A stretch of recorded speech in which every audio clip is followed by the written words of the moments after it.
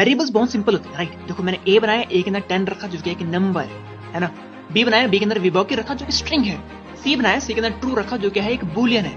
इसी तरीके से एक वेरिएबल बना के मैं करता हूँ पूरा का पूरा फंक्शन उसके अंदर लिखता हूँ। किस तरीके से देखो, सिंपल सा फंक्शन है हमारे पास, हेलो नाम का क्या कर रहा है, सिंपल सा हेलो प्रिंट करता है हमारे पास, राइट। मैं करता हूँ एक वेरिएबल बनाता हूँ हेलो नाम का, उसके आगे ये पैरेंथेसिस लगा दूंगा यहाँ पे, एंड उसके बाद एक एरो बनाऊंगा यानी कि इक्वल टू का sign and greater than sign, right. और उसके बाद ये पूरा का पूरा कंटेंट नीचे लिख दूंगा यहाँ पे। तो हमने क्या करा है, बेसिकली एक वेरिएबल बनाया और वेरिएबल के अंदर पूरा का पूरा फंक्शन लिख दिया है। अब अगर मैं इस वेरिएबल को कॉल करूंगा तो फंक्शन चल जाएगा हमारा, राइट। और इस एग्जैक्ट फंक्शन को बोलते हैं एरो फंक्शन। क्लियर।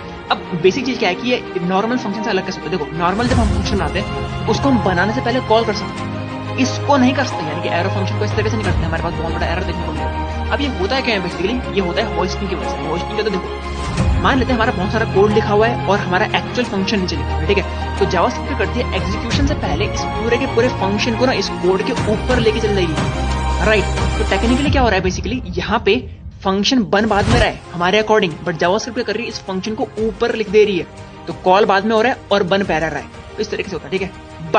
बट जो हमारे पास होता है एरो फंक्शन होता है, उसका ये काम नहीं करता है, इसलिए हमें एक एरर देखने को मिलता है, राइट।